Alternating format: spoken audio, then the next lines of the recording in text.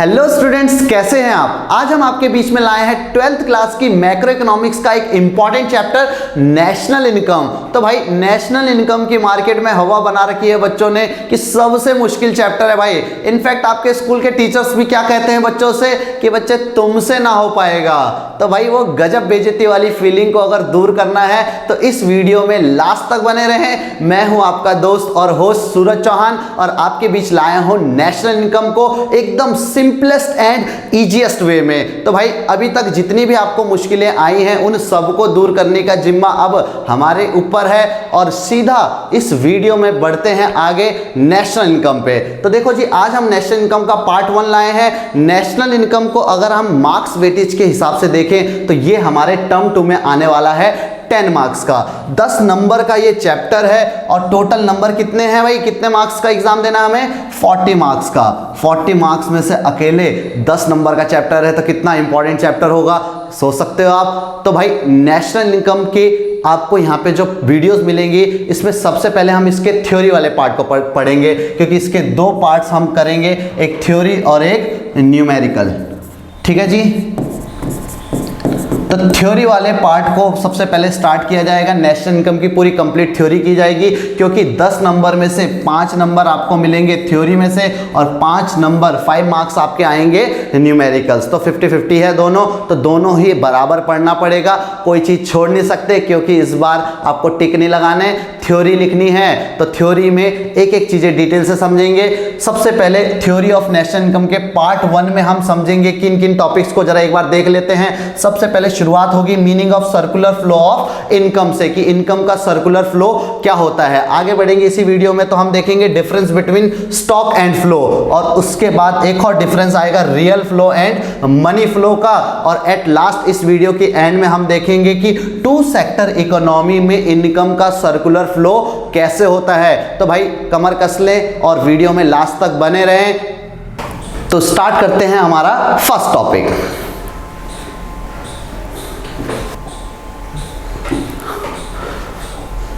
तो दोस्तों हमारे बीच सबसे पहला टॉपिक है meaning of circular flow of income. तो इस टॉपिक को समझने के लिए मैं आपको सबसे पहले एक बेसिक सा क्वेश्चन आपसे पूछता हूं कि हम लोग पढ़ाई क्यों करते हैं। आपसे मैं पूछूं कि आप इतनी मेहनत क्यों कर रहे हो 12th में, तो आप सबका एक ही आंसर होगा भाई बेसिक सा कि हमें स्कोर करना है, अच्छे मार्क्स लाने हैं और 100 आउट ऑफ 100 की हमारी एक कोशिश है। तो भाई उस कोशिश को क्यों कर रहे हैं हम, आपसे एक ही तो क्वेश्चन पूछा जाएगा भाई एट लास्ट कि पढ़ाई क्यों करी हमने। तो पढ़ाई करी जाती है बच्चों इनकम जनरेट करने के लिए, पैसा कमाने के लिए ही हम पढ़ाई लिखाई कर रहे हैं कि अच्छे कॉलेज, अच्छे इंस्टीट्यूट्स में अच्छी जगह हमारी जॉब लगे। तो इसके लिए हम यहाँ पे पढ़ाई कर रहे हैं। तो भाई इनकम जो एक बेसिक सी चीज़ है हमारी लाइफ के लिए, वो उसको कमाने के लिए हमें यहाँ पे पढ़ाई करनी पड़ रही है। तो देखो भाई क्या है meaning of circular flow of income. Income का सर्कुलर फ्लो यानी 2 चीज़ें हम यहाँ पे चीज़ें समझेंगे, एक है ये सर्कुलर और दूसरा है फ्लो ऑफ इनकम।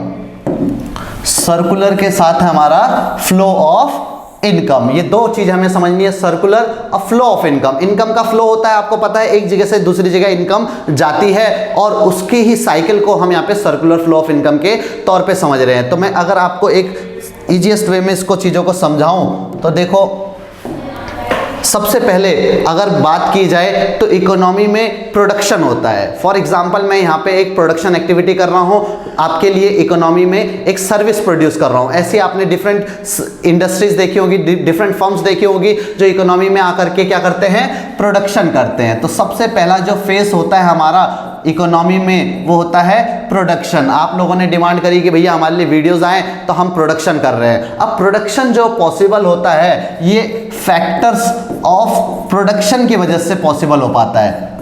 प्रोडक्शन के फैक्टर्स होते हैं। तो क्या क्या फैक्टर्स होते हैं प्रोडक्शन के, यहां पे आपको समझने हैं। सबसे पहला प्रोडक्शन का फैक्टर होता है लैंड, लेबर, कैपिटल और एंटरप्रेन्योर। ये 4 फैक्टर मिल करके इकोनॉमी में प्रोडक्शन को क्या करते हैं, पॉसिबल करते हैं। इन चारों फैक्टर्स की मदद से इकोनॉमी में प्रोडक्शन पॉसिबल हो पाता है। तो भाई प्रोडक्शन करने के लिए 4 फैक्टर्स हैं। इन चारों फैक्टर्स ने अपनी सर्विसेज दी किसको, फर्म को। अब जब चारों अपनी फर्म को सर्विसेज देंगे तो फर्म भी तो इसके बदले में इनको कुछ देगा। तो फर्म प्रोडक्शन के बदले इनको देता है भैया क्या, इनकम। फर्म इनको इनकम किस फॉर्म में देती है, आपको पता है जी, प्रोडक्शन में सबसे पहला फैक्टर यूज हो रहा है लैंड। तो लैंड के बदले हम डिस्ट्रीब्यूट करते हैं उनको रेंट। लेबर के बदले दी जाती हैं वेजेस। कैपिटल के बदले इंटरेस्ट। अब कैपिटल के बदले बच्चे सोचते हैं कैपिटल तो हम आपकी मशीन है, सामान है। तो भाई अगर आप कोई मशीन परचेस करते हो तो उसको आप कहीं से पैसा उधार लेकर या अपना पैसा देते हो तो उसमें आपको इंटरेस्ट पे करना पड़ता है अगर आपने उधार ले रखा है तो, ठीक है भाई। एंटरप्रेन्योर को मिलता है, जो एंटरप्रेन्योर कौन होता है भाई, जो रिस्क टेकर होता है, बिजनेस में रिस्क लेता है, उससे लास्ट में मिलता है क्या, प्रॉफिट। कुछ बच्चे बोलते हैं भैया लॉस भी तो मिलता है। तो भैया कोई एंटरप्रेन्योर प्रोडक्शन इसलिए नहीं करता कि मुझे लॉस हो जाए। तो यहाँ पे आपको प्रोडक्शन के 4 फैक्टर्स देखने को मिलते हैं और इन चारों फैक्टर्स को क्या डिस्ट्रीब्यूट होती है, इनकम डिस्ट्रीब्यूट होती है। यानी अब सबके घर पे पैसा आ चुका है तो प्रोडक्शन होने से ही इनकम जनरेट होती है। और जब हमारे पास पैसा आ जाएगा, इनकम आ जाएगी, तो मैं इस इनकम को क्या करूंगा, खर्च करूंगा, एक्सपेंडिचर करूंगा। तो ये हमारा थर्ड फेस आ जाता है एक्सपेंडिचर का। अब मान लो अब मेरी जो इनकम हुई मैंने उसको कहीं किसी चीज के कंजप्शन पे यूज किया, पैसा खर्च किया, तो एक्सपेंडिचर करने से वापस दोबारा क्या पॉसिबल होता है, प्रोडक्शन। जब मैं गुड्स एंड सर्विसेज की डिमांड करूंगा, फॉर एग्जांपल मेरे पास इनकम आई वेजेस के तौर पे, मेरे पास पैसा आया, अब मैंने उस पैसे का क्या किया भैया, मैं कोई चीज कंज्यूम करता हूं। मान लो मैंने एक एप्पल कंज्यूम किया, तो भाई एप्पल कंज्यूम करने से एप्पल जो प्रोड्यूस करता है वो तो आगे प्रोडक्शन कर पाएगा। जब दोबारा वो प्रोडक्शन करेगा तो उस एप्पल प्रोड्यूसर की इनकम जनरेट होगी, फिर वो किसी चीज में पैसा खर्च करेगा, फिर वो दोबारा प्रोडक्शन होगा। यानी एक केस देखो सर्कल बन गया। इसी फ्लो को हम कहते हैं इनकम का सर्कुलर फ्लो। क्लियर। तो यहां पे आपको डेफिनेशन देखने को मिलेगी, it refers to the cycle of generation of income. तो देखो किस चीज की साइकिल है ये, generation of income in the production. को सबसे पहला काम होता है इकोनॉमी में प्रोडक्शन प्रोसेस। अब जब प्रोडक्शन होगा तो ये क्या करता है, डिस्ट्रीब्यूट करता है, distribution among the factors of production. Production के कितने फैक्टर बताए, 4 फैक्टर। तो भैया उन चारों फैक्टर में इनकम को यहां पे डिस्ट्रीब्यूट किया गया and finally it's circulation from house hold. अब जब पैसा डिस्ट्रीब्यूट होगा हाउस होल्ड के पास जाएगा तो हाउस होल्ड उस पैसे का क्या करेगा, वो फर्दर इसको कंज्यूम करेगा, कंजप्शन करेगा और एक नई फर्म को प्रोडक्शन करने का मौका देगा। तो भाई expenditure on the goods and services produce by them. तो कोई भी फर्म जो गुड्स एंड सर्विसेज प्रोड्यूस कर रही है उस पे वो पैसा खर्च करेगा, जिससे दोबारा से इकोनॉमी में प्रोडक्शन हो पाएगा और एक साइकिल बन जाएगी, प्रोडक्शन से इनकम की और इनकम से एक्सपेंडिचर की और दोबारा एक्सपेंडिचर से प्रोडक्शन की। तो इस सर्कुलर फ्लो को हम किस नाम से जानते हैं, कि circular flow of income. Clear. तो एक बेसिक सी चीज आपको यहां पे समझ आती है। बढ़ते हैं नेक्स्ट टॉपिक पे। नेक्स्ट टॉपिक है हमारा difference between stock and flow. अब देखो मैंने एक बात बोली कि इकोनॉमी में क्या किया जा रहा है, प्रोडक्शन किया जाता है। इकोनॉमी में प्रोडक्शन किया जाता है। तो भाई बेसिक सी चीज आपको समझनी है, जब इकोनॉमी में प्रोडक्शन होगा, इकोनॉमी में जब प्रोडक्शन होगा तो भाई प्रोडक्शन से, जब इकोनॉमी में, हमारी इकोनॉमी में प्रोडक्शन होता है, उत्पादन होगा भैया, तो प्रोडक्शन का जो आपने स्टॉक जमा कर रखा होगा, एक पार्ट आपका स्टॉक कहलाएगा कि आपने कोई चीज प्रोड्यूस कर रखी है पहले से, बट एक अभी प्रोसेस में है, अभी प्रोडक्शन उसमें हो रहा है, तो वो पार्ट कहलाता है हमारा फ्लो।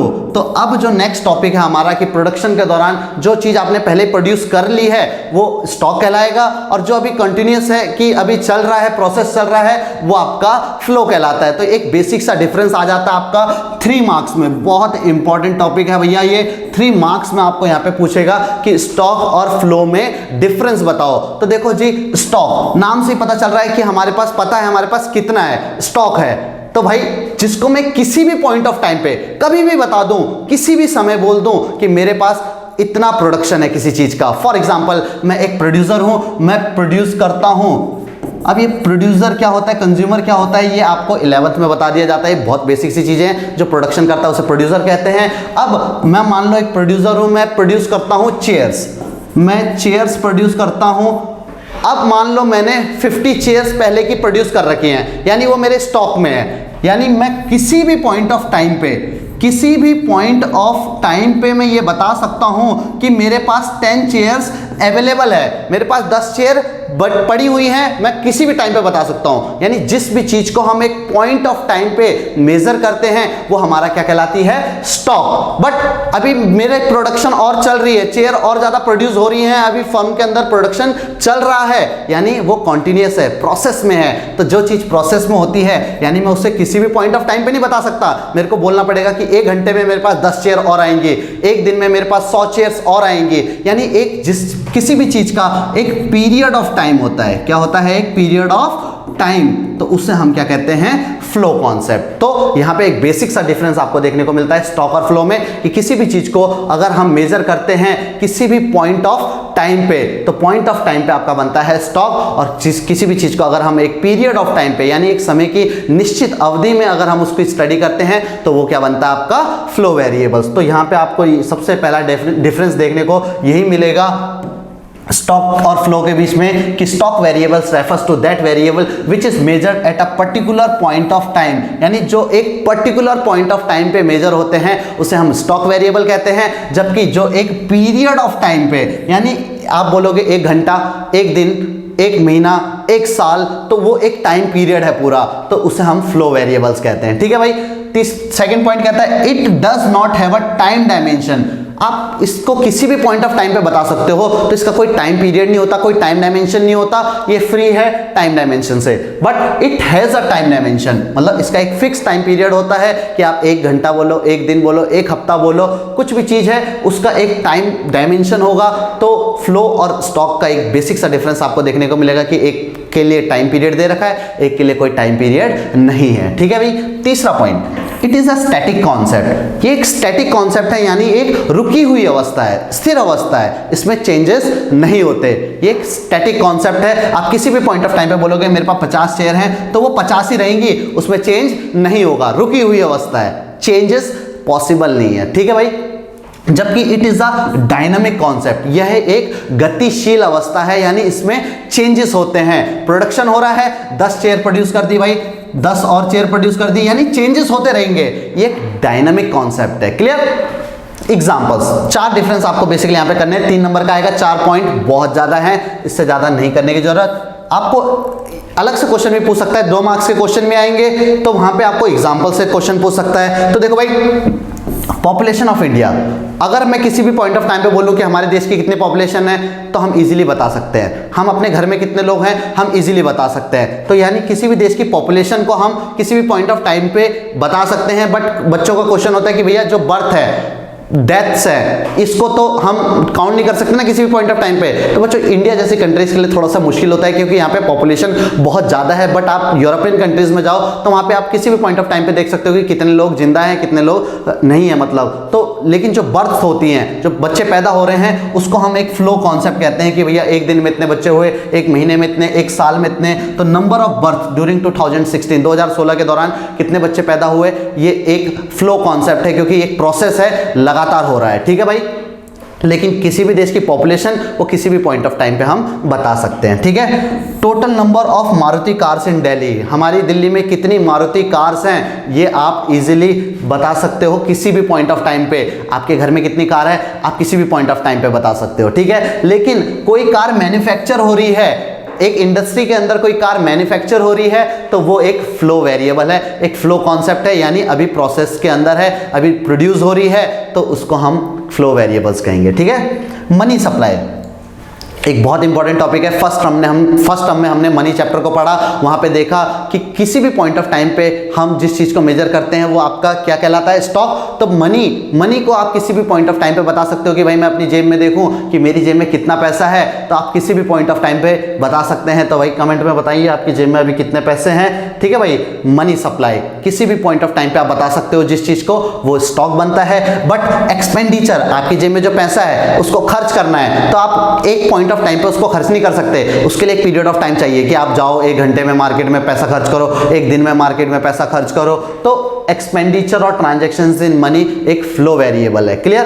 तीसरा पॉइंट हमारा बनता है, चौथा पॉइंट, नेशनल वेल्थ, संपत्ति, देश की संपत्ति कितनी है। तो भाई मैं किसी भी पॉइंट ऑफ टाइम पे ये बता सकता हूं कि मेरे पास कितना पैसा है, कितनी संपत्ति है, कितने घर हैं, कितनी कार्स हैं, ये किसी भी पॉइंट ऑफ टाइम पे बता सकता हूं। बट नेशनल इनकम जो हम जनरेट कर रहे हैं उसको मैं किसी भी पॉइंट ऑफ टाइम पे नहीं बता सकता, क्योंकि इनकम एक टाइम पीरियड में होती है। आप किसी से भी नॉर्मली पूछते हो तो क्या पूछते हो कि आपकी मंथली इनकम कितनी है, या आपकी एनुअल इनकम कितनी है, या पर आवर की इनकम कितनी है। तो ये आपका एक फ्लो वेरिएबल है नेशनल इनकम। होप आपको समझ में आया है। समझ में आया है तो भैया आप कमेंट में एक बार बताइए जरूर कि आपको ये वीडियो कैसी लग रही है। ठीक है भाई, बढ़ते हैं आगे नेक्स्ट टॉपिक पे। अब देखो हमने कहा फ्लो जो होता है वो कितने टाइप का होता है, इसको जरा समझेंगे। सबसे पहले फ्लो वेरिएबल्स हमारे कितने टाइप के होते हैं, इस चीज को समझने के लिए देखो जी, फ्लो, अब प्रोडक्शन हो रहा है तो भैया हमें उससे कैलकुलेट करना है। तो भैया यहाँ पे हमें रियल फ्लो और मनी फ्लो देखने को मिलता है। इकोनॉमी में 2 तरह का फ्लो होता है। एक तरफ आप गुड्स एंड सर्विसेज एक दूसरे के साथ एक्सचेंज करते हो, दूसरी तरफ उस गुड्स एंड सर्विसेज के बदले आपको पैसा भी खर्च करना पड़ता है, रिवॉर्ड्स भी देने पड़ते हैं, वो भी एक जगह से दूसरी जगह पे जाता है, तो उसका भी फ्लो होता है। ठीक है भाई, तो रियल फ्लो क्या है और मनी फ्लो क्या है, इसको समझे। एक बेसिक सा डिफरेंस आपको यहाँ पे भी पूछा जा सकता है। 3 नंबर का क्वेश्चन ये बनता है आपका, रियल फ्लो और मनी फ्लो में डिफरेंस। ठीक है जी, तो रियल फ्लो क्या होता है, जब हमारी इकोनॉमी में गुड्स एंड सर्विसेज एक सेक्टर से दूसरे सेक्टर में जाएं, तो उसको भी मैं आपको थोड़ा सा और डिटेल में बता देता हूं, गुड्स एंड सर्विसेज। और जब मनी एक सेक्टर से दूसरे सेक्टर में जाए तो उसे हम मनी फ्लो कहते हैं। सबसे पहले हम समझ लेते हैं भैया सेक्टर्स क्या होते हैं। इकोनॉमी में 4 सेक्टर होते हैं भैया। इकोनॉमी में प्रोडक्शन के सबसे पहला सेक्टर होता है हमारा हाउसहोल्ड, दूसरा सेक्टर होता है हमारा फर्म, थर्ड सेक्टर होते हैं हमारी गवर्नमेंट, और लास्ट हमारा जो है रेस्ट ऑफ द वर्ल्ड, शेष विश्व जिसे हम बोलते हैं। 4 सेक्टर होते हैं हमारी इकोनॉमी में। हमारे जो इस बार सिलेबस में 12th क्लास में है, ये हमारे 2 सेक्टर इकोनॉमी के बारे में हमें सिर्फ पढ़ना है। जब पहले के टाइम पे नेशनल इनकम को सही मायने में मुश्किल बोला जाता था, उस टाइम पे 3 सेक्टर 4 सेक्टर इकोनॉमी तक हमें पढ़ना पड़ता था। बट अब आसानी के लिए आपकी मतलब कोरोना ने आपकी ज़िंदगी को आसान बना दिया है थोड़ा सा, तो उसने क्या कर दिया, आपको 2 सेक्टर्स को पढ़ने को कहा, सिर्फ एक हाउसहोल्ड और एक फर्म। सबसे पहला सेक्टर होता है हाउसहोल्ड। आप कभी भी फर्म में प्रोडक्शन करते हो तो जितने भी फैक्टर्स ऑफ प्रोडक्शन हैं वो सारे के सारे मिलते हैं आपको कहाँ से, हाउसहोल्ड से। हाउसहोल्ड से कुछ फैक्टर्स जाते हैं फर्म में, और फर्म में जाकर के तब वो वहां पे प्रोडक्शन को पॉसिबल बनाते हैं। फॉर एग्जांपल मैं आपको पढ़ाने आऊंगा तो कहां से आऊंगा, घर से आऊंगा, तो हाउसहोल्ड से कहां जाऊंगा, फर्म में जाऊंगा। क्लियर। तो प्रोडक्शन जो होता है फर्म में होता है, फिर फर्म आपको उसके बदले गुड्स एंड सर्विसेज प्रोवाइड करती है। तो इसी चीज के फ्लो को हम यहाँ पे रियल फ्लो कहते हैं। जब गुड्स एक जगह से दूसरी जगह जाए, सर्विसेज एक जगह से दूसरी जगह जाती हैं, तो उसे हम रियल फ्लो कहते हैं। जबकि दूसरी तरफ जब हम हाउसहोल्ड फर्म को सर्विसेज देंगे तो सर्विसेज के बदले उनको रिवॉर्ड मिलेगा, और ऐसे ही जब ये फर्म हाउसहोल्ड को गुड्स एंड सर्विसेज देंगे तो वो उसके बदले पैसा खर्च करेंगे, एक्सपेंडिचर करेंगे, तो वो फ्लो होता है मनी का फ्लो। तो इसे हम यहाँ पे मनी के फ्लो के तौर पे समझेंगे। तो सीधा डिफरेंस पे चलते हैं रियल फ्लो और मनी फ्लो में। तो कहता है इट इज द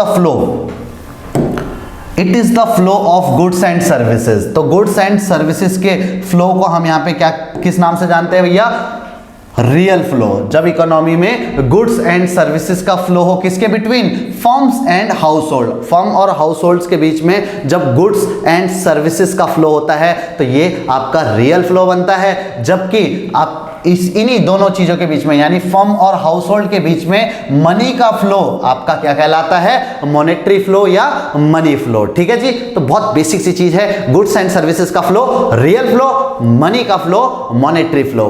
किसके बीच में, फर्म एंड हाउस होल्ड्स के बीच में। तो कह रहा है there may be difficulties of barter system. देखो जी, जब हम गुड्स एंड सर्विसेज एक्सचेंज करते हैं तो यहाँ पे बार्टर सिस्टम वाली प्रॉब्लम आती है, जो पहले के जमाने में ज़्यादातर हमें देखने को मिलती थी, और आज भी हमारे जो बैकवर्ड एरियाज हैं, रूरल एरियाज हैं, वहाँ पे ये प्रॉब्लम हमें इजीली देखने को मिल जाती है कि गुड्स एंड सर्विसेज का फ्लो यहाँ पे मुश्किल से हम कर पाते हैं, क्योंकि कई बार पैसे के अभाव में यहाँ पे बार्टर सिस्टम हमें देखने को मिलता है। But there is no such difficulty. जहाँ पे पैसा होता है वो इस बार्टर सिस्टम को क्या कर देता है, खत्म कर देता है। मनी की वजह से आपको बार्टर सिस्टम की कोई प्रॉब्लम फेस नहीं करनी पड़ती। ठीक है भाई, इसको रियल फ्लो को ये कभी कभी आपको डिफरेंस पूछ लेता है कि फिजिकल फ्लो और नॉमिनल फ्लो में आप डिफरेंस बताइए। तो it is also known as physical flow और it is also known as nominal flow. तो इनके अदर नेम्स हैं, ये आप याद कर लेना। इस वीडियो में यहां तक हमें चीजें सारी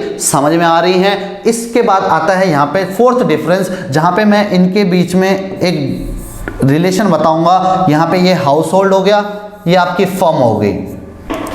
हाउस होल्ड से फर्म में कुछ चीजें जाती हैं जिसे हम कहते हैं क्या, फैक्टर्स ऑफ प्रोडक्शन। प्रोडक्शन के फैक्टर्स जो हैं वो कहां से कहां को जाएंगे भाई, हाउस होल्ड से फर्म में। मैं कहां से आ रहा हूं प्रोडक्ट के लिए आपको, हाउस होल्ड से। तो जो फैक्टर्स ऑफ प्रोडक्शन होते हैं, आप ये डायग्राम बना लेना भैया, फैक्टर्स ऑफ प्रोडक्शन। प्रोडक्शन के फैक्टर्स होते हैं कौन कौन से फैक्टर्स। सबसे पहला फैक्टर है हमारा लैंड, बताया अभी आपको, labour, wages, sorry land labour और वेजेस।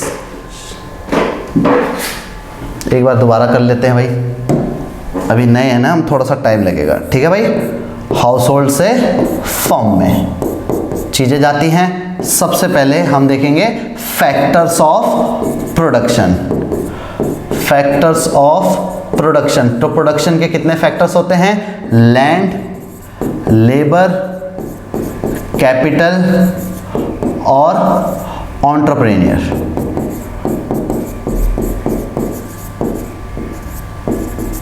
प्रोडक्शन के 4 फैक्टर्स हैं, ये चारों फैक्टर्स जाते हैं फर्म में, और फर्म में जाकर के ये प्रोड्यूस करते हैं क्या, final goods and services. Final goods and services produce करते हैं।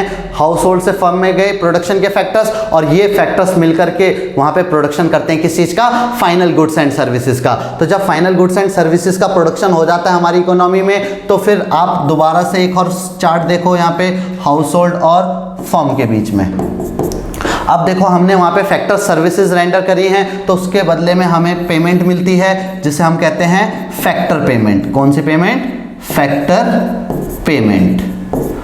फैक्टर पेमेंट किस फॉर्म में मिलती है, तो लैंड के बदले मिलता है हमें रेंट, लेबर के बदले मिलती है हमें वेजेस, कैपिटल के बदले मिलता है हमें इंटरेस्ट, और एंटरप्रेन्योर को मिलता है क्या, प्रॉफिट। ये चारों चीजें जब फर्म के हाउस होल्ड के पास आ जाएंगी, पैसा हाउस होल्ड के पास आ जाएगा, तो फिर हाउस होल्ड ऐसे में अपना क्या करता है, फाइनल कंजप्शन एक्सपेंडिचर। तो यहां पे आप देखोगे final consumption expenditure, final consumption expenditure हमें देखने को मिलता है हाउस होल्ड से फर्म में। तो देखो ये हैं goods and services, land, labour, capital, entrepreneur. ये गुड्स एंड सर्विसेज गई कहाँ, हाउस होल्ड से फर्म में। फर्म ने इसके बदले आपको क्या प्रोवाइड किया, फाइनल गुड्स एंड सर्विसेज यहाँ पे दी। तो ये है गुड्स एंड सर्विसेज का फ्लो, इसे हम कहते हैं रियल फ्लो। जबकि दूसरी तरफ इकोनॉमी में पैसों का फ्लो मनी फ्लो कहलाता है। क्या कहलाता है, पैसों का फ्लो मनी फ्लो। क्लियर। तो फैक्टर्स पेमेंट के तौर पे लैंड के बदले रेंट, लेबर के बदले वेजेस, कैपिटल के बदले इंटरेस्ट, और एंटरप्रेन्योर को मिलता है क्या, हमें प्रॉफिट। और जब पैसा घर पे आ जाएगा तो इस पैसे को हम खर्च करते हैं दोबारा से, जो भी गुड्स एंड सर्विसेज हमने कंज्यूम करी हैं, तो फाइनल कंजप्शन एक्सपेंडिचर के तौर पे ये हाउस होल्ड से कहाँ पे जाती हैं, वापस फर्म में। तो आपको अगर डिफरेंस आ जाए रियल फ्लो और मनी फ्लो के बीच में, तो आप इजीली इसको कर पाएंगे। ठीक है जी, बढ़े नेक्स्ट टॉपिक पे। लास्ट टॉपिक है आज का हमारा,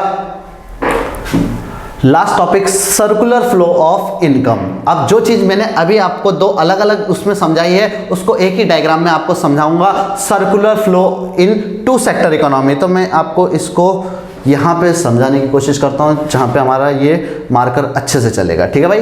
तो circular flow of income in two sector economy. तो टू सेक्टर इकोनॉमी में इनकम का सर्कुलर फ्लो कैसा होता है, इस चीज को समझिए। Circular flow of income in two sector economy, दो सेक्टर इकोनॉमी में इनकम का फ्लो कैसे होगा। तो जो चीजें हमने अभी अलग अलग पढ़ी है उसको कंबाइन कर लेंगे, एक साथ कर लेंगे तो हमें इजीली समझ आ जाएगा। सबसे पहले हम बनाएंगे हाउस होल्ड, ये हमारा फर्स्ट सेक्टर है। सेकंड सेक्टर है हमारा फर्म इंडस्ट्री, कुछ भी बोल सकते हैं आप। सबसे पहले हमने देखा कि प्रोडक्शन के जो फैक्टर्स हैं, फैक्टर्स ऑफ प्रोडक्शन के जो फैक्टर्स हैं, जैसे आप बात करो लैंड, लेबर, कैपिटल और एंटरप्रेन्योर, ये चार फैक्टर्स प्रोडक्शन के जाते हैं हाउस होल्ड से फर्म में। अब हाउस होल्ड से फर्म में प्रोडक्शन के चारों फैक्टर्स जाकर के क्या करते हैं, इकोनॉमी में प्रोडक्शन को पॉसिबल करते हैं, यानी फाइनल गुड्स एंड सर्विसेज को प्रोड्यूस करते हैं। इकोनॉमी में final goods and services produce होती हैं, ये आपका रियल फ्लो हो गया। अब इसी डायग्राम में ही हम वापस एक पेमेंट करेंगे, किसकी, पेमेंट्स ऑफ फैक्टर्स की जो पेमेंट की जाती है, लैंड के बदले आपको बताया रेंट, लेबर के बदले वेजेस, कैपिटल के बदले इंटरेस्ट और एंटरप्रेन्योर को मिल गया यहाँ पे प्रॉफिट। ठीक है जी, तो सीधा हम मेन टॉपिक पे चल रहे हैं, फालतू की चीजें कुछ नहीं करेंगे क्योंकि समय कम है और नंबर ज्यादा लाने हैं हमें। ठीक है जी, तो जब हाउस होल्ड के पास पैसा आ जाएगा तो ये जो final goods and services consume करी थी इन्होंने, इसके बदले फाइनल कंजप्शन एक्सपेंडिचर करते हैं। कौन, हाउस होल्ड, किसको, फर्म को। तो ये है हमारा टू सेक्टर इकोनॉमी में इनकम का सर्कुलर फ्लो, काफी इंपॉर्टेंट टॉपिक है। आपका 3 मार्क्स में ये क्वेश्चन बन जाएगा। इस चैप्टर से जितने भी क्वेश्चन बनेंगे ये 3 मार्क्स में आपको थ्योरी में पूछे जा सकते हैं, 3 मार्क्स और 2 मार्क्स में। तो काफी इंपॉर्टेंट टॉपिक है। होप आपको समझ में आया है, और समझ में आया है तो भैया आपका एक छोटा सा काम है, इस वीडियो को ज्यादा से ज्यादा अपने दोस्तों तक शेयर करें, उनको भी ये इस चीज के फायदे मिल पाए। तो भाई मिलते हैं आपको नेक्स्ट वीडियो में हम नेशनल इनकम का पार्ट 2 करेंगे। होप आपको वीडियो पसंद आएगी होगी, और पसंद आई है तो लाइक शेयर और सब्सक्राइब करना ना भूले। धन्यवाद। जय हिंद, जय भारत।